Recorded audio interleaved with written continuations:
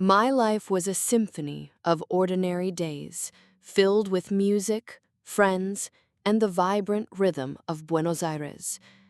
Then, in an instant, the music stopped, replaced by an inferno of screams and an unearthly silence. I found myself observing my own funeral, a paradox that defies all earthly logic. What if the end isn't an ending at all, but merely a different kind of beginning? Before we dive into Barbara's incredible journey, if her story resonates with you, please hit that like button, subscribe to our channel, and share your thoughts in the comments below.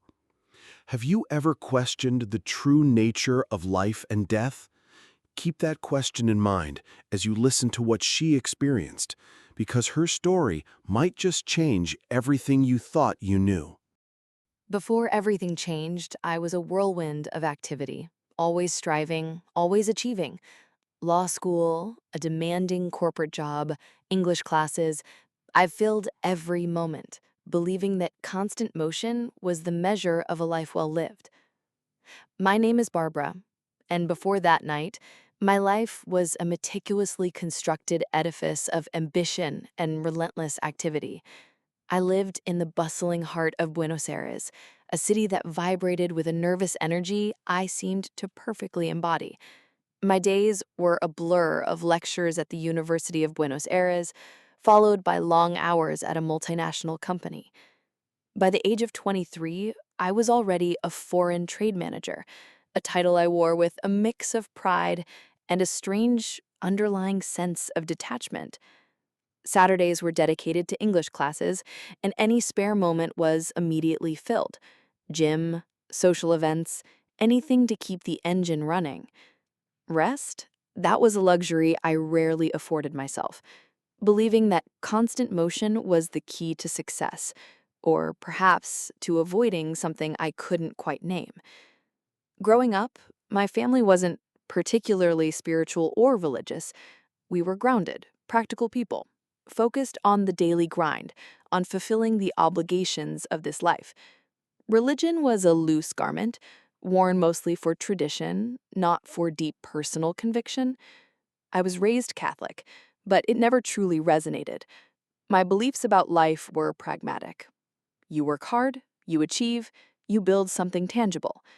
Death was simply the end, a blank wall that you eventually hit. There was no grand design, no ethereal beyond, just the cessation of existence. This outlook, though seemingly clear-cut, often left me with an unshakable sense of discontent.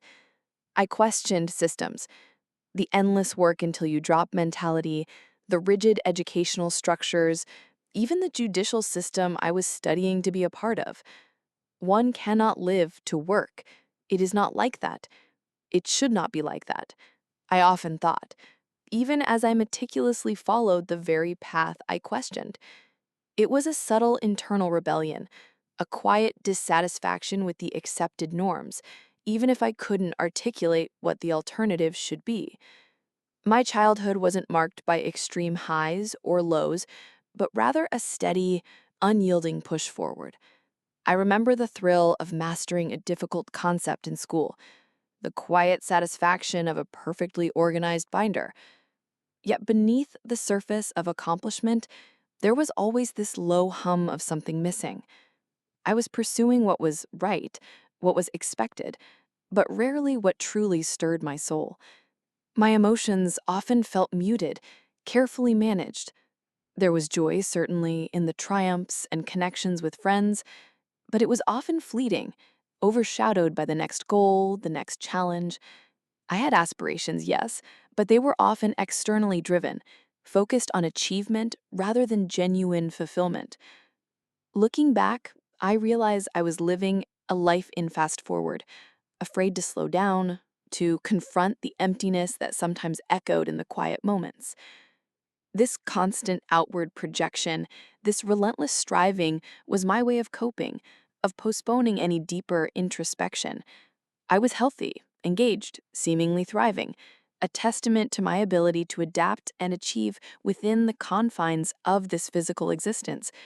But the true state of my inner self was a tangled knot of unspoken questions and an unacknowledged yearning for something more profound. That night, I was at Cromañón, smiling, eager to immerse myself in music that truly spoke to me. I stood right there, near the stage, oblivious to how swiftly joy would transform into unimaginable terror. December 30th, 2004. The air in Buenos Aires hummed with the vibrant energy of summer, a precursor to the New Year's celebrations just around the corner. For me, it began like any other Friday, a rhythm of routine that felt both comforting and slightly stifling. I woke to the familiar sounds of the city stirring to life, the distant rumble of traffic, the early morning chatter. My apartment, small but meticulously organized, was my sanctuary from the world's chaos. I went through my usual morning rituals, a quick breakfast, a glance at the news, mentally mapping out my day. I had a few last-minute tasks for work, tying up loose ends before the holiday break, and then a quick run. The city streets still relatively empty, offering a fleeting sense of peace before the rush truly began. The day itself was unremarkable, a blur of emails, phone calls, and the satisfying click of a successful project completed. There were no dark clouds on the horizon, no ominous tremors beneath my feet, just the steady, predictable hum of a life well ordered. As evening approached, a different kind of energy began to bubble within me.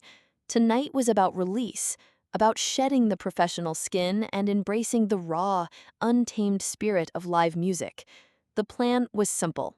Meet friends, head to República Cromañón, a popular nightclub, and lose ourselves in the sounds of Callejeros, a rock band whose music resonated deeply with me.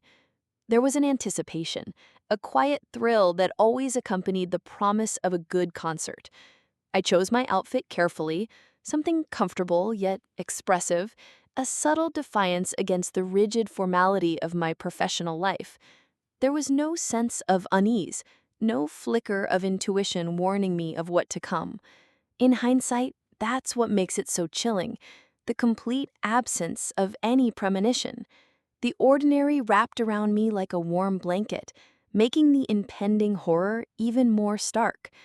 We arrived at Cromañón with smiles plastered on our faces, swept along by the current of excited fans. The air inside was thick with anticipation, a palpable buzz that vibrated through the crowd. We pushed our way towards the stage, finding a spot on the right side, close enough to feel the raw energy of the band. The lights dimmed and the roar of the crowd swelled, a tidal wave of enthusiasm. The first few chords of the opening song thrummed through the air, a familiar melody that promised an evening of pure, unadulterated joy. And then, everything changed. It happened in an instant, a flash of misguided revelry. Someone, deep within the crowd, ignited a pyrotechnic flare. In that enclosed space, amidst a sea of people, it was a spark that became an inferno. The flare shot upwards, its destructive arc finding a tarp on the ceiling, and within moments the air filled with the acrid stench of burning fabric. The music, which had just begun to uplift us, was abruptly swallowed by a new, terrifying soundtrack. The screams. Not the joyous shouts of fans, but primal, guttural cries of panic and fear. The shift was immediate and brutal, a sudden descent from carefree enjoyment into a maelstrom of terror. The once vibrant crowd became a desperate churning mass, a single entity consumed by the instinct to survive. My heart lurched, a cold dread washing over me as the reality of the situation crashed down. The air grew thick with smoke, stinging my eyes, burning my throat. The panic was contagious, a wildfire spreading through the venue, and I was caught squarely in its path. The joyous anticipation of moments before utterly obliterated by the encroaching darkness and the terrifying realization that this was no longer just a concert. This was a fight for life. The screams were deafening, a chorus of despair as people tumbled over each other. I felt desperate hands clutching at my feet. heard whispered prayers and the sickening sound of footsteps over fallen bodies. I was there, amidst it all, until suddenly I wasn't. The air was a suffocating blanket, thick with smoke and the primal scent of burning fear. I was caught in the crush, a human tide surging towards an illusion of escape. The screams were a cacophony, a symphony of terror that drowned out all other thought. I felt hands, desperate and grasping, tearing at my feet, pulling me down, a horrifying reminder of the sheer panic that had engulfed everyone. I tried to brace myself, to fight the current, but my physical strength was no match for the collective despair. People were falling around me, a domino effect of bodies collapsing, each fall echoing the finality of a fading breath. I heard prayers, raw and desperate, escaping lips that were already losing their hold on this plane. The sound was haunting, a stark realization of the line we were all crossing. Footsteps, heavy and relentless, pounded over unmoving forms, a macabre rhythm of survival.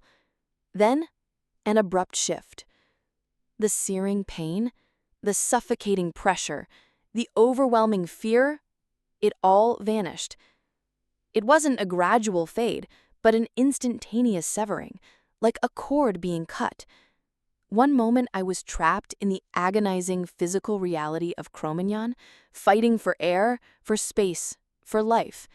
The other, I felt an extraordinary lightness, a profound sense of release. It was as if a crushing weight had been lifted, replaced by an inexplicable sense of floating. I was no longer struggling. I was simply there, suspended, free. My first coherent sensation was one of disembodiment. I saw my body, or what was left of it amidst the chaos, from above. It was a bizarre, almost detached observation. The scene below was still a swirling vortex of smoke and struggling figures, but it was distant now, like watching a chaotic movie unfold from a high balcony. There was no pain, no fear associated with this physical form. It was just a shell, an abandoned vessel. This observation wasn't cold or clinical. It was imbued with a strange, burgeoning understanding that I was no longer limited to that form, that my essence existed independently. It was bewildering. Yet paradoxically, it felt utterly natural, as if this was how things were always meant to be. As I ascended, or perhaps simply shifted, the environment around me began to transform. The smoke and the screams faded, replaced by an overwhelming presence of light. This wasn't merely a bright light. It was a living, breathing entity. It was dazzling, pure white, and infinitely inviting, a luminous beacon that seemed to pulsate with a gentle rhythm. It enveloped me, not with heat or intensity, but with an indescribable softness, a warmth that permeated every fiber of my newly expanded being. This light beckoned, an unspoken invitation to something profound. It was a light that didn't just illuminate, but seemed to speak directly to my consciousness, not with words, but with a palpable sense of welcome and belonging. "It's here. Come.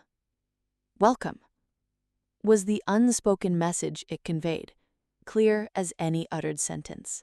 Amidst this brilliant luminescence, I entered what could only be described as a passage or a tunnel.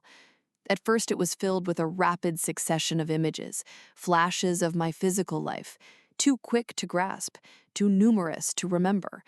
They were fleeting, yet intensely vivid, like a lifetime compressed into mere seconds. It was a relentless cascade of memories, a life review happening at an incredible, almost incomprehensible speed, serving as a preamble to the greater experience.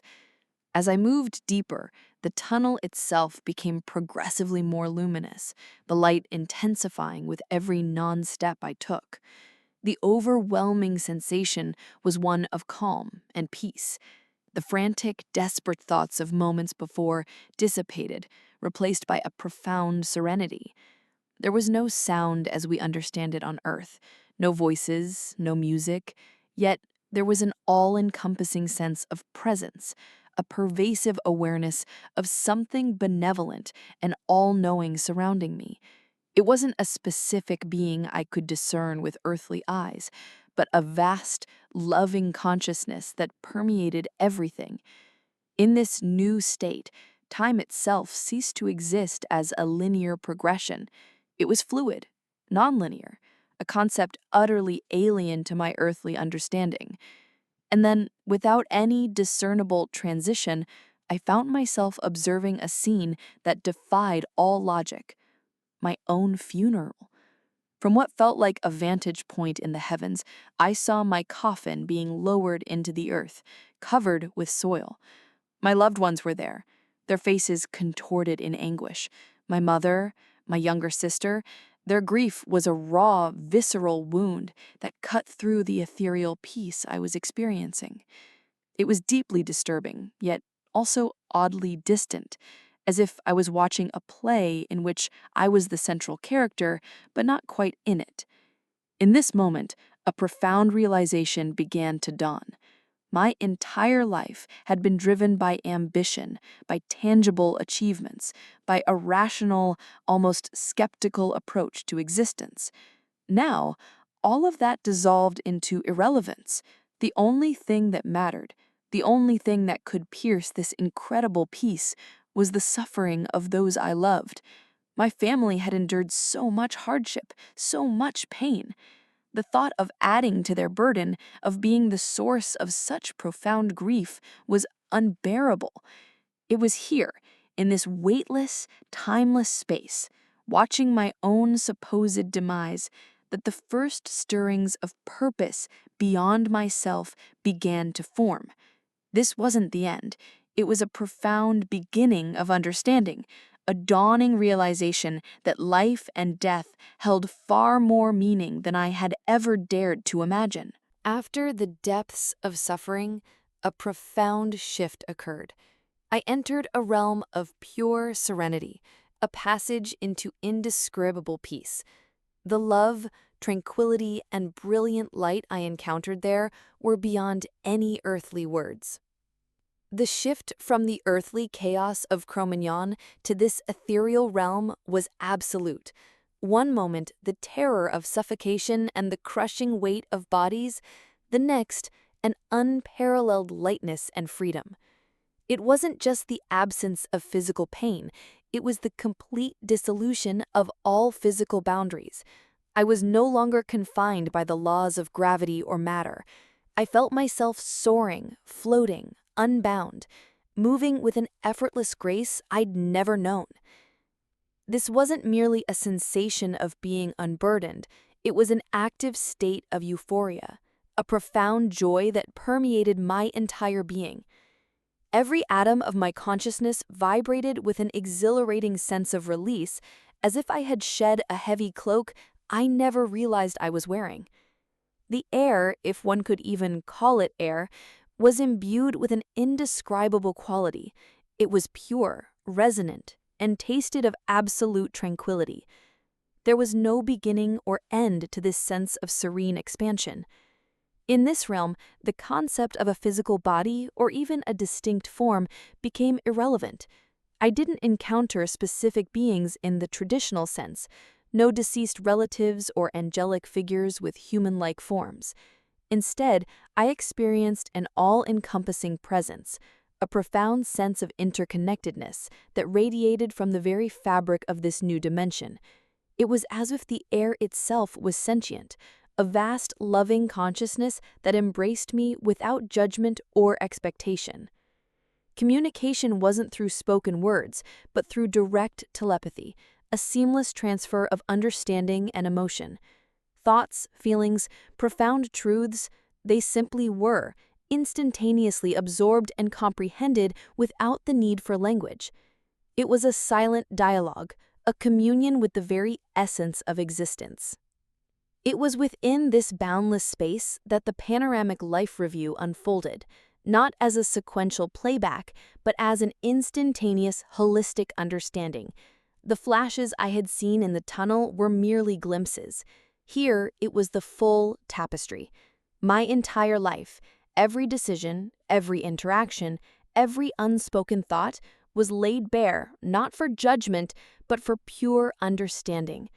I saw the ripples of my actions, how even the smallest gestures of kindness or neglect propagated outwards. The relentless pursuit of external validation, it all appeared so trivial, so ephemeral in the grand scheme. The most profound lesson wasn't about right or wrong, but about impact and connection. I saw clearly how every life intertwined, how our individual threads contributed to the collective fabric. There were no visions of the future or detached moments of the past. It was intensely personal, focused on my own journey and its intrinsic link to the whole. This was not a review conducted by an external judge, but by my own expanded consciousness, witnessing my life with absolute clarity and an overwhelming surge of empathy for my former self. The most profound and transformative aspect of this experience was the feeling of unity and unconditional love. It wasn't just a feeling, it was the very essence of this place, the foundation of reality. I wasn't just loved, I was love. I was one with everything, the brilliant light, the expansive space, the presence that enveloped me, even the distant suffering I had observed on earth. There was no separation, no ego, no individual identity in the way I understood it. This was the source, the pure, unadulterated energy of existence. It was a love that transcended all human understanding, a boundless, infinite acceptance that healed every wound, answered every question, and dissolved every fear. In this state, I grasped a fundamental truth. We are all interconnected, threads of the same cosmic tapestry.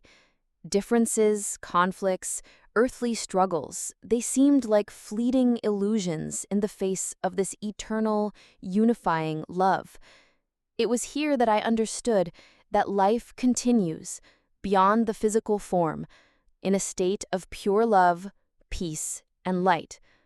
Death is not an end, but merely a transition, a shedding of the physical to return to this source of absolute harmony. This understanding wasn't intellectual, it was an intuitive, undeniable knowing. I realized that our earthly existence is merely a small yet vital part of a much larger journey. The material possessions, the societal pressures, the relentless striving, they all fading into insignificance. What truly mattered were experiences, moments, and above all, love. This realm was the ultimate reality, and everything else was a temporary illusion. My perception of time, space, and even my own identity was completely shattered and reformed. I understood that our consciousness, our essence, is eternal, continuing its journey beyond the physical plane. This was the profound truth revealed to me, not through words or teachings, but through a direct, visceral experience of being one with the all. It was a revelation so vast and overwhelming that it reshaped the very core of my being, planting an undeniable seed of truth that would forever alter my perception of life, death, and everything in between. Suddenly, I was back inside Cromañón. I regained awareness, standing, not struggling, but inexplicably upright. I tried to comprehend this jarring return, this impossible re-entry into a world I had just transcended. The return was not gentle. It was a brutal, jarring yank, a sudden plunge from the boundless tranquility of the other side back into the visceral reality of pain and fear. One moment, I was pure consciousness, floating in an ocean of unconditional love, watching my own funeral with a strange, detached wisdom. The next, a blinding, sickening lurch, and I was back. Immediately, the weight of the physical body slammed into me. It wasn't just heaviness, it was a profound sense of limitation, of confinement. Every breath felt like a monumental effort. Every muscle ached with a deep, unfamiliar soreness. The air, once so pure, was now thick with the acrid stench of smoke, and the distant screams of panic that had faded from my awareness now assaulted my ears, sharp and jarring. The contrast was horrifying, from absolute peace to absolute chaos, from effortless lightness to crushing density. A wave of nausea washed over me, a physical manifestation of the shock. My eyes fluttered open, or perhaps my consciousness simply re-engaged with my physical senses. I was back in Cromañón, but something was profoundly different. I wasn't in the same spot where the terror had overwhelmed me, not amidst the entangled mass of bodies. Instead, I found myself standing, seemingly effortlessly, in an area that felt strangely clear, almost serene compared to the madness I remembered. There was no struggle to get up, no frantic clawing for air. I simply was upright, a silent sentinel amidst the smoldering debris. My first thought was a profound sense of disorientation. How? How was I here? What just happened? The memories of the other side were vivid, intensely real, yet the reality of my immediate surroundings felt utterly alien, a harsh awakening from the most beautiful dream. There was a fleeting moment of pure disappointment, a deep yearning for the unconditional love and peace I had just experienced. To be back in this realm of suffering felt like a cruel cosmic joke. My body felt strangely disconnected, as if it belonged to someone else. Weakness coursed through my limbs, yet there was also an uncanny sensation, a residual lightness that defied the physical pain. I noticed drops of water falling from the ceiling, a bizarre detail in the midst of the devastation. Then a sight that cut through my confusion. A door, and a man next to it, his voice calm amidst the pandemonium, repeating, "This way, this way." Without a second thought, driven by an instinct that felt both alien and utterly compelling, I moved towards him. It wasn't a struggle, but a simple, almost graceful walk. I passed through that door, which led directly into the adjacent hotel. I remember climbing onto a chair to navigate some debris, walking through the reception area, then stepping out onto the street. The street was a tableau of horror and unfolding tragedy. Sirens wailed, their mournful cries slicing through the night. Human cordons were forming, desperate attempts to control the chaos. Desolate screams echoed from the building I had just left. It was then, standing barefoot on the pavement, my shoes lost somewhere in the inferno, that the magnitude of what had truly happened began to dawn on me. This wasn't just a fire, it was a catastrophe, and I, somehow, was out. The initial attempts to share my experience were met with a wall of disbelief. How could I explain that I had seen my own funeral, felt an indescribable love, and decided to return because of their pain, when all they saw was a traumatized survivor? My family, pragmatic and grounded, struggled to reconcile my story with their reality. They were relieved, of course, overjoyed that I was alive, but my words seemed to float past them, unheard or simply incomprehensible. The doctors, similarly, were focused on the physical trauma, on the very real injuries and shock. My metaphysical account was met with professional skepticism, dismissed as a hallucination, a byproduct of oxygen deprivation, or simply the psychological aftershocks of a traumatic event. It quickly became clear that I couldn't freely speak about what had happened. I was scared, not just of being disbelieved, but of being labeled crazy. The trauma of the event itself was immense, but the added burden of holding this incredible, unspeakable truth within me of feeling so profoundly changed yet unable to articulate it was isolating. I bottled it up, pushing the memories deep down, afraid of the judgment, the misunderstanding, the fear that I was no longer rational. It was easier to pretend, to conform, to simply be the survivor they expected me to be, rather than the soul who had briefly touched the eternal. After years of silence, I finally understand.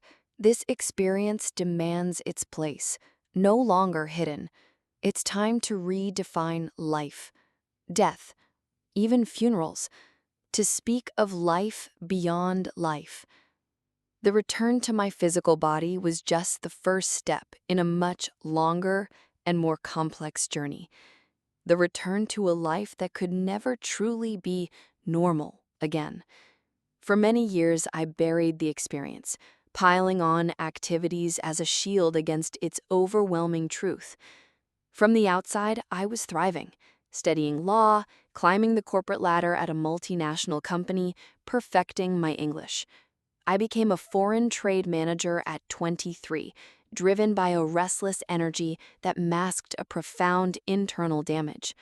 I had no time for rest, no quiet moments for reflection. This relentless pace was a desperate attempt to outrun the silent, seismic shifts within my soul. I told myself that Cromañón would only impact me when I wanted to be a mother, a strange prophetic thought for a young woman with no immediate plans for a family. In retrospect, these were early unconscious acknowledgments of the unaddressed trauma. The NDE irrevocably shattered my previous worldview. Before, death was a wall, an absolute end. Now, I know it's a transition. It's not a belief. It's a visceral, undeniable certainty. My experience confirmed that consciousness continues, that our essence persists beyond the physical form. We are not just bodies. We are beings on a journey, and death is merely a change of state. This understanding has fundamentally altered my perception of life itself. The pursuit of material wealth, career prestige, societal approval, these once dominant aspirations now appear as fleeting illusions. What truly matters are experiences, connection, and above all, love. The ego, the constant striving for external validation, has diminished in importance. My priorities have shifted dramatically, from accumulating possessions to cultivating moments, from climbing corporate ladders to exploring inner landscapes. I've become more of a loner, gravitating towards silence and nature, finding solace in quiet contemplation rather than the relentless social whirl. Many friendships naturally fell away as our paths diverged, the former connections no longer aligning with my transformed essence. My once skeptical view of religion has been replaced by a deep spiritual awareness. I don't subscribe to any specific dogma, but I feel an undeniable connection to a universal energy, a profound sense of the all. The NDE showed me that we are all interconnected, threads in a magnificent cosmic tapestry, constantly creating our reality.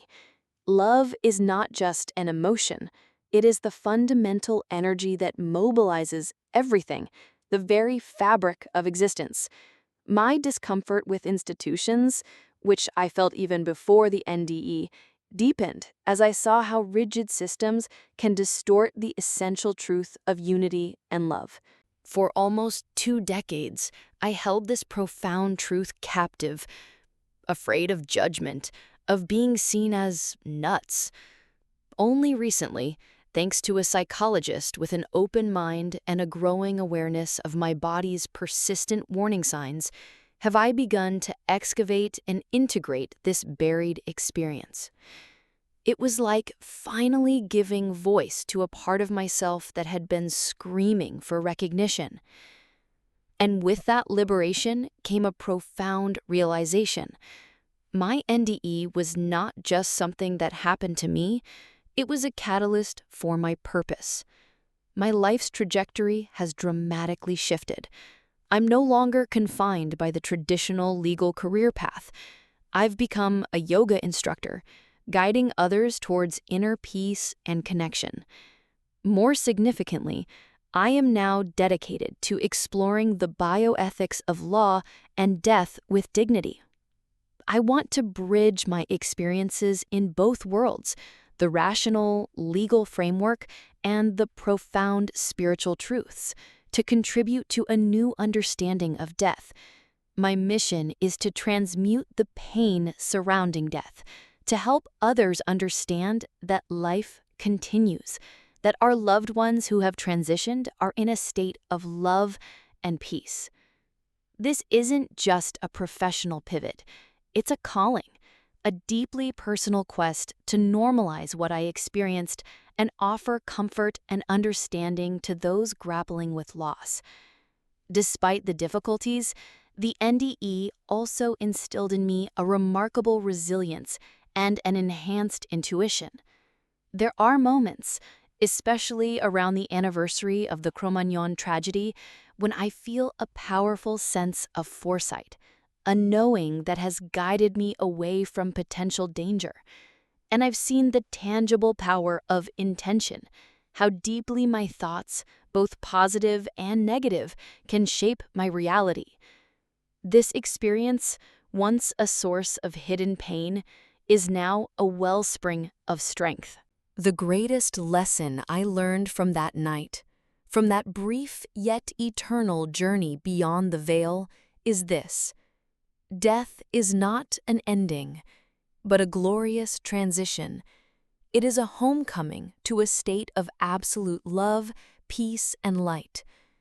We are not merely physical beings confined to this earthly plane. We are eternal souls on an incredible journey. Every moment we have here is precious, a gift to be lived with love, empathy, and a deep appreciation for the interconnectedness of all things. Don't fear what comes next. Life continues, vibrant and full, a tapestry woven with threads of endless love. May this story inspire you to look beyond the visible, to embrace the magnificent mystery of existence, and to live each day with an open heart, knowing that the greatest reality awaits us all. Barbara's story is a powerful reminder that even in the darkest moments, there can be light, and beyond our understanding lies something far greater. We hope her journey has inspired you and perhaps made you reflect on your own beliefs. If this story resonated with you, please like this video, subscribe to our channel so you don't miss more amazing stories, and share your thoughts in the comments below. We truly appreciate your engagement. What aspects of Barbara's experience resonated with you the most, or made you curious about life beyond what we know?